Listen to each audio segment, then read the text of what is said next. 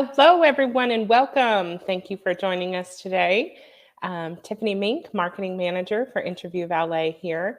And I'm excited to bring you today's topic because this one's a little bit fun. We're going to be doing this one a little bit differently than our other programs. And we're talking about sound like a pro with the right podcast guest equipment. Um, and so I'm going to run through that, some best practices, things that we found, and things to maybe consider before you hop in on your podcast interviews. And then the special part of today's program is we're going to get a behind the scenes tour of Tom Schwab, our founder's office. Many of you have probably seen his live presentations or his interviews that included video, or had a personal meeting with him yourself. So we all kind of see the one angle, the one view of Tom's office. And today we're going to get to see the other side, what he's looking at when he's talking to us. So that's going to be fun. And we're going to run through different equipments. Tom's going to show you different equipment and compare them next to each other, both audio and video. And so you can kind of have a visual of what different levels of camera, different types of microphones, all of those have against one another. Everything we're sharing here is not an affiliate. We are not paid. They are not paying us. This is not any type of advertising. We're just simply sharing the different equipment that over, lots of trial and error we have found work best and serve their purpose for your interviews. And here in a second, I will put a link over in the chat with an article that has all of the equipment that we're going to be sharing today, and then where you can find those with, rough price estimate and all of that. So I will put that over in just a moment. So, first, let's talk about why your equipment is important. Hosts spend a lot of time on their mic and audio or their video, right? That is a big part of their job. It's a key component. So it's something that they need to and have to do really well. And also, likely, they've invested a lot of time and money into making sure they have the right equipment, that their audio does sound the best and is clear and crisp and not echoey and doesn't sound like they're tuning in from a closet, right? And so what happens when you pair your audio and visual, if it is a video recorded podcast, against theirs, your audience is going to immediately notice a difference, right? They're going to be able to tell a difference, and you don't want to take that. You don't want that to take away from your interview. It doesn't matter how great your message is, or if you're the leader in your industry. If you show up to an interview with subpar equipment, it's going to minimize your expertise. And that's why we're talking about this today, because we want to help you avoid this. And, how do we know this, right? Well, we've done a few interviews. We have a few interviews under our belt. We've been doing this for 9 years. With our more than 1,500 clients, who we've gotten them on more than 75,000 podcast interviews. Our founder himself, Tom, has done notably more than 1,200 interviews. That number is probably higher now. That was the last number that I heard from him. And I know that he is still actively doing podcast interviews. So who knows what his number is now today. But and then with that, and then also host feedback, right? We have relationships with thousands of podcast hosts. So we get feedback from them as well. And that's why we're sharing this today, is to show you it's important and let, share our feedback that we've learned from both the host and from the guest perspective. We've had guests over the years who have tuned into an interview from their car, or, from their kitchen, and things are going on. And what all that does is it really takes away from the experience and the value that you're bringing, that we know that you can bring, right? The host knows that you can bring. So, this entire foundational series that we've been discussing is really about being a great guest and making it easy for the host to say yes. There are two common threads here, and we're going to continue that with today's discussion. And there's a reason why a mic is included with when a new podcast guest signs on with us. There's a reason why we include a mic in their welcome package, and that's to ensure that they sounding like the professional that we know that they are. So with that, here's a little teaser of Tom's studio. Like I said, normally we see him the other way. We see the bookshelf behind him and everything. And this is what Tom sees when he's talking to us on his calls. So here in a second, I'm going to pop him on. Because he's going to be switching audio and mic and video, we had to do things a little bit differently today. So we're not going to get to banter together like we normally do. But I'm going to bring Tom on, and he's going to walk you through different cameras and microphones that he has on his desk there, and his experience with them and what he's found and why they work and which ones work the best. So with that, I'm going to pop off, and I'm going to bring Tom on.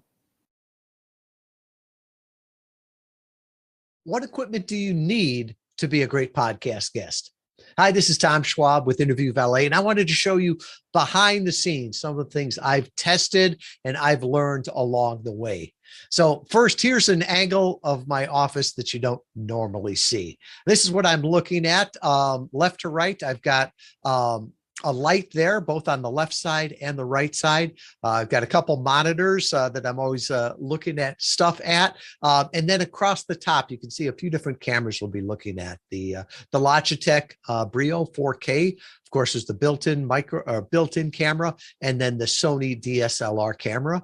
As far as microphones, I've got the Heil PR40 hanging from the boom there, and we're going to see how each one looks and how it sounds, because it's so important to show up on your podcast sounding great and looking great.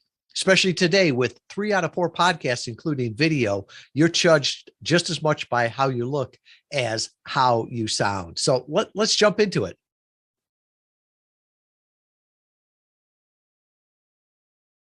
So here's the built-in camera on a Mac. Now, granted, the Mac's only a couple of years old. It's got a great camera, but a few things you notice: the color drastically changed. You really can't see the lines in the shirt.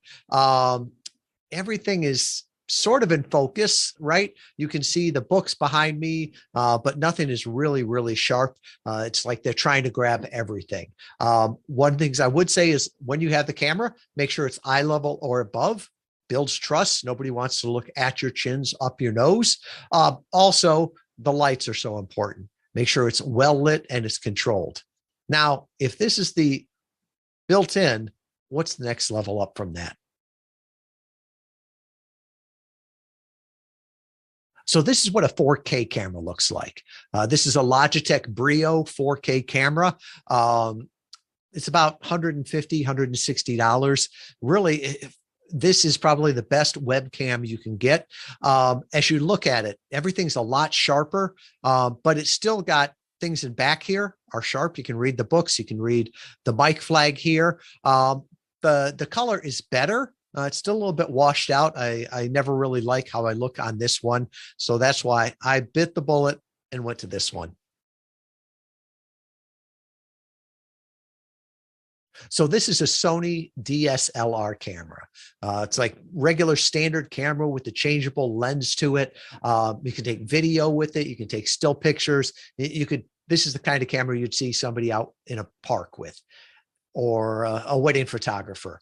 I use it for all of my videos. And the reason is that you can see the color is so much better. The detail is so much better. You may be looking at this on a small computer screen, but if you took the same feed and you put it on a big screen television, it would still look like good quality. The other thing that's, I think, really interesting with it is you can do depth of field. So you can see the microphone flag, it's in focus, I'm in focus, but the things in the background are slightly out of focus. Gives it a lot more depth in there.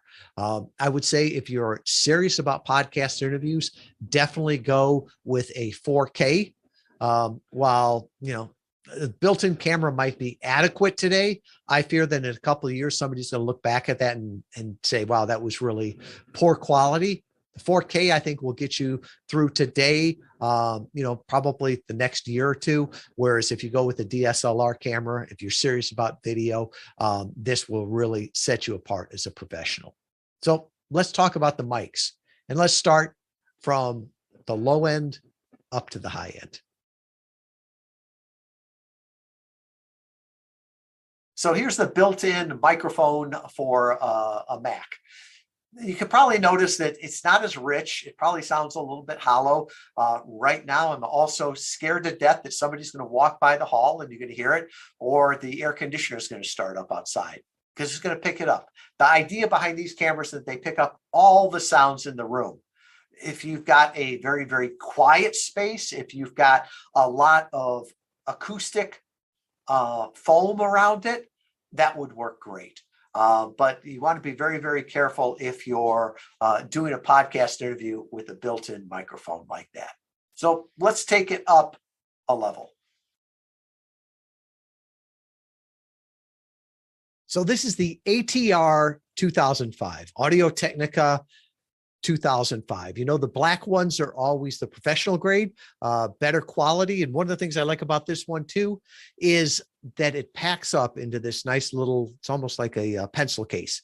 This is the same microphone that I use for all of my interviews out on the road. I always carry it with me. And this is the same microphone that we send to all of our clients. It's a dynamic microphone. And let me explain that. There's two types. There's dynamic and condenser. A condenser mic is more like a Blue Yeti or a Snowball. It's designed to pick up everything in the room. So if you're playing a guitar or something like that, probably want that. Or if you're in a perfect studio, right, with foam all over the walls, you want that. If you've got a recording place that is perfectly quiet with no kids, no outside noises, no cars going by, you might be able to get away with that. For the rest of us, you need a dynamic microphone. Now, there are things to think about here. So first of all, it's a directional microphone. So you want to be about 2/5 apart away from that. As long as you're not talking directly into it, you don't need a pop filter. The other thing with these is they are directional. So you want to stay a consistent distance from it. Early on, I'd be lazy and I'd lean in for the first interview question like this. And then as the interview went on, I'd get further and further back and answer out here. And God help you if you asked me about a book, because I'd look up here and I'd start talking about the book. Now, you understand this if you're watching it, but if you're just listening, you'd be like, did he just leave the room? So now let me show you the microphone that I use. So here it is, Heil PR40. I bought this microphone about 9 years ago. Microphones will last forever if you don't abuse them. It probably cost $400 to $600 right about now. And that's for everything: the mic, the shock mount, the arm, the mic flag. I like this because it allows me to move it in and out right at my desk as I need it. I like the way that my voice sounds on it. I've tried a lot of different microphones, and I can't say this is the best, but this one works really, really well for me. The other thing you'll see on this, and there's like little rubber bands on it. They're called shock mounts, right? So if all of a sudden I drop something in the middle of an interview, or I hit the table for some reason, it doesn't sound like a big thud that's going on in there. If you're really serious about podcasting, about doing videos, this is a great way to look professional and also to do some not so subtle branding. So let's talk a little bit about headphones also. So you'll see me, I wear headphones. In the industry, they're called cans. I joke that they're to keep my ears warm in Michigan 6 months of the year. It's important to have headphones, or at least have them available, because what you don't want is the sound going from the speaker there and coming into the microphone. Often you won't pick it up, the host won't pick it up, but the editor will, and it's almost impossible to get out there. So oftentimes hosts will say, could you use headphones? Now they can be these. Many times people don't like it because it messes up their hair. You can use, wireless earbuds or regular earbuds. Just make sure that when you're using these, that it's only for the earbud part, not for the microphone. If you use these as a microphone and this hits your beard or your collar, it's going to sound like somebody just mugged you. So there you have it. The microphone, the camera, make sure you've got lighting. Figure out what works best for you. Do some tests on Zoom, record it. If you ever go to a podcasting conference, often they will have all of the different microphones set up there. Talk into them, record, figure out what sounds best for you. At the end of the day, when you show up on a podcast interview, you want to be seen as an expert. You want to build that know, like, and trust so you can move people from being a passive listener to an active visitor, ultimately to an engaged lead. People are going to judge you by how you sound compared to the host. The host is going to show up as a professional. You need to make sure you do too.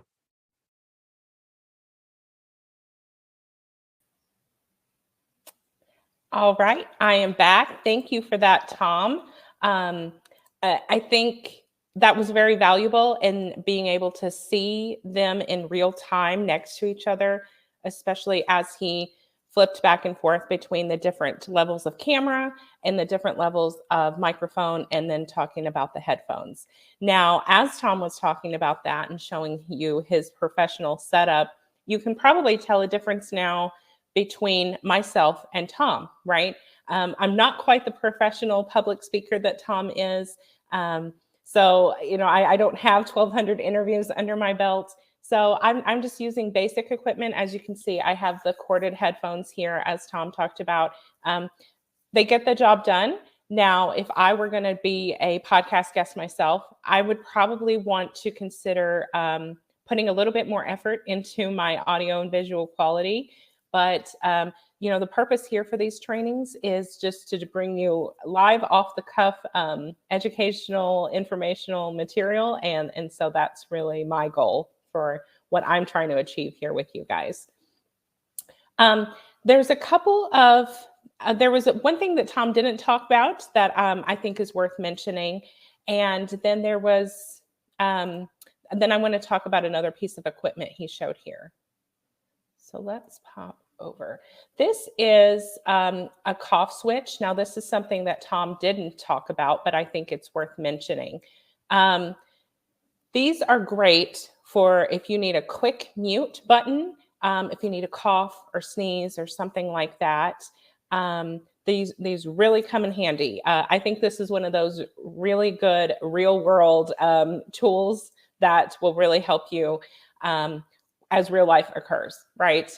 This one here runs around $100. And again, at the end of this, I'm going to put a link over in the chat with the article for all of the equipment we're talking about today, all levels of the equipment that Tom talked about.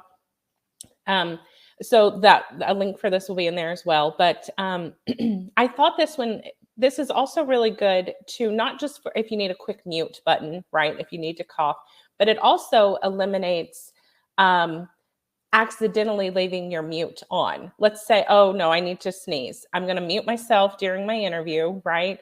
And then I'm going to sneeze, and then I'm listening to the host, and then he pings it over to me and asks me a question, or I need to chime in on something, and I'm still on mute. That all happens, right, in our digital world. We all, I'm sure, do a lot of digital virtual meetings.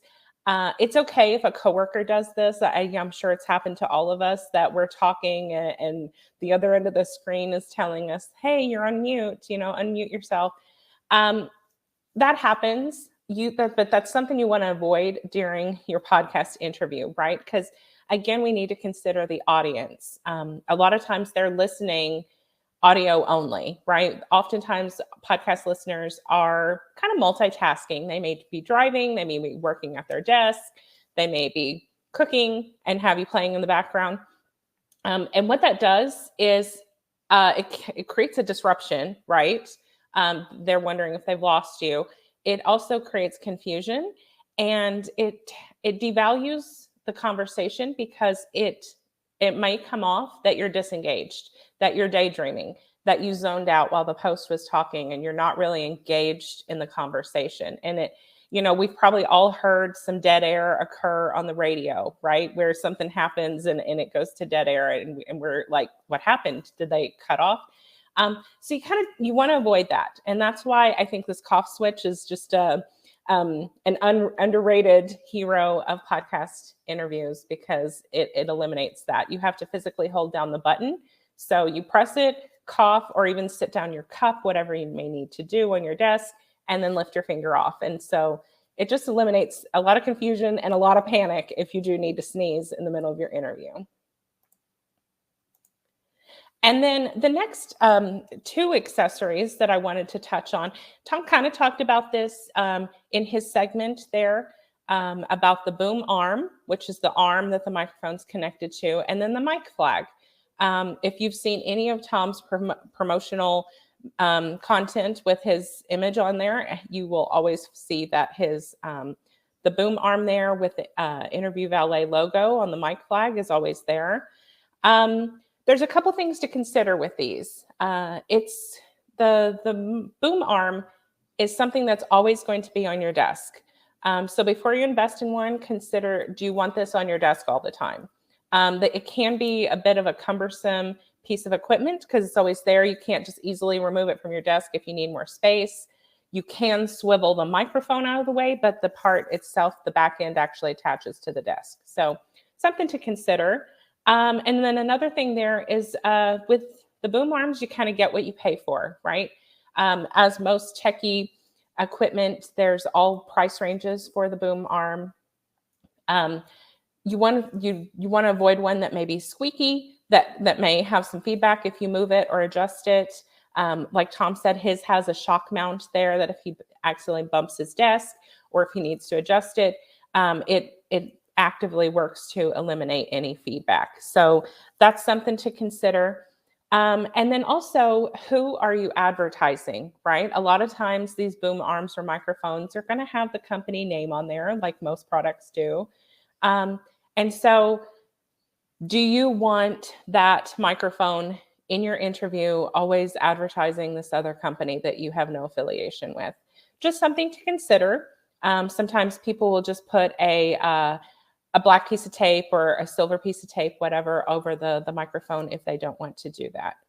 And then always, bottom line for all of this is to mic test 1, 2, 3. When you make any change or adjustment, any microphone, any boom arm, any video, any changes to your recording setup, do a few test runs. Many of us don't like to hear ourselves in playback, right? It's kind of cringy to hear yourself talk, but it's really important because you want to make sure there aren't any squeaks, there isn't any feedback, that everything sounds and looks smooth. And then lastly, the mic flag. As we talked about, who are you advertising? It's very intentional that Tom has the Interview Valet logo on his microphone, because any interview, any screen grab that the host may grab from his interview, where a video is included, Interview Valet logo is right there, front and center. There's never a question of what company Tom is there representing. There's never a question of, if I see this image of Tom, of where to find him, who his company is, right, at any point in the broadcast. So it's something that's always there and that you can always find. So with that, those are our best practices, best tidbits of what you need to know and consider in our third installment of our foundational series here on being a good podcast guest and making it easy for the host. And so next time make this bigger. Next week's installment, to wrap this segment up, we're going to talk about the podcast interview welcome page. Now, we started this series a few weeks ago talking about, secrets to getting booked on your first podcast. And with that, we flowed into having a professional one sheet, right? That is a key element to getting booked on podcasts, is having a really good, clean, professional one sheet. Today, we talked about during your interview, showing up and sounding and looking like the professional that you are. And so next week, to round up the series, we're going to talk about the welcome page. This is something that it is the number one way to definitively track your podcast interview ROI. And it's a customized page on your website where your listeners on your specific podcast interviews can find you, and it allows you to meet them where they are in their journey, and they can sign up if they're ready and at that stage with you. So we're going to walk through what that is, why it's important, and all of the key elements that you need to include on your welcome page on your website. And so with that is it for today. This is a little bit shorter segment. And as always, our mission here at Interview Valet is to personally introduce inspiring thought leaders to millions of people they can serve for the betterment of all. And really, that is the core of why we bring you these videos and take our time to share our 10,000 hours with you. And we hope to see you next week. Thanks for joining us. Bye-bye.